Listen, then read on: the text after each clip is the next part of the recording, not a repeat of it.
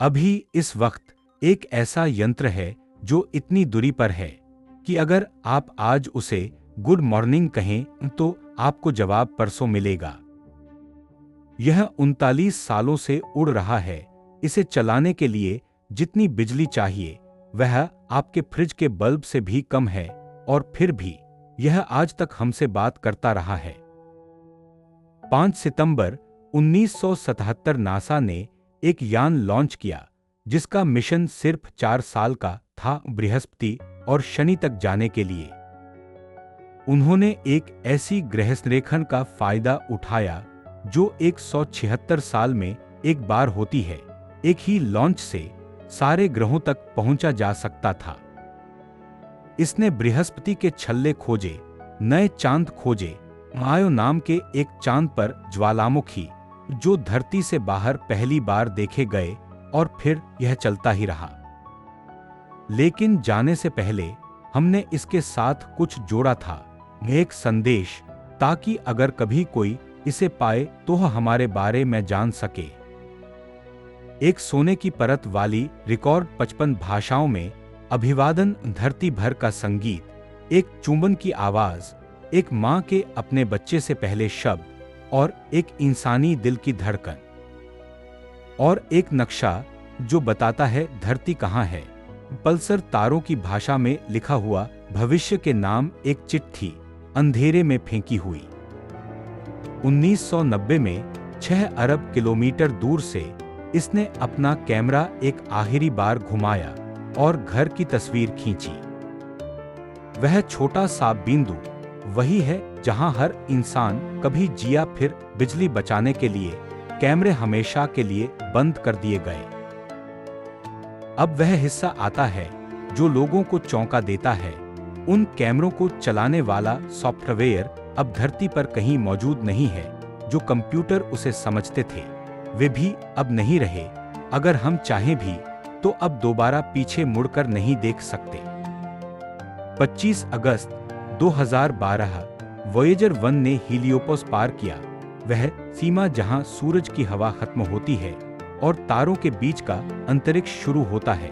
यह किसी भी इंसानी यान का सूरज के दायरे से बाहर निकलने का पहला मौका था। अब यह 25 अरब किलोमीटर से भी ज्यादा दूर है और हर सेकंड 17 किलोमीटर की रफ्तार से आगे बढ़ रहा है। लेकिन वॉयेजर धीरे धीरे सोच समझकर खत्म हो रहा है।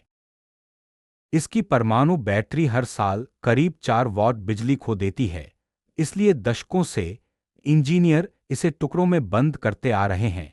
कभी एक हीटर, कभी एक यंत्र, कुल 11 यंत्रों में से अब सिर्फ 4 बचे हैं।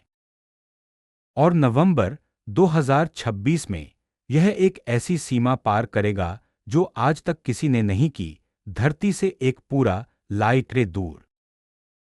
उस पल के बाद वॉयेजर को भेजा गया कोई भी संदेश पहुंचने में 24 घंटे लेगा और जवाब आने में एक पूरा दिन। यानी अगर आप सोमवार को कहें गुड मॉर्निंग वॉयेजर तो जवाब आपको बुधवार को मिलेगा। 2030 के शुरुआती सालों तक इसकी बिजली इतनी कम हो जाएगी कि यंत्र शांत हो जाएंगे और वॉयेजर हमेशा के लिए खामोश होकर बहता रहेगा। लेकिन असली रोमांच यह है कि पिछले साल कुछ शौकिया खगोलविदों ने, साधारण लोगों ने 1956 में बनी एक पुरानी रेडियो दूरबीन से अंधेरे में हाथ बढ़ाया और उन्होंने इसे सुना।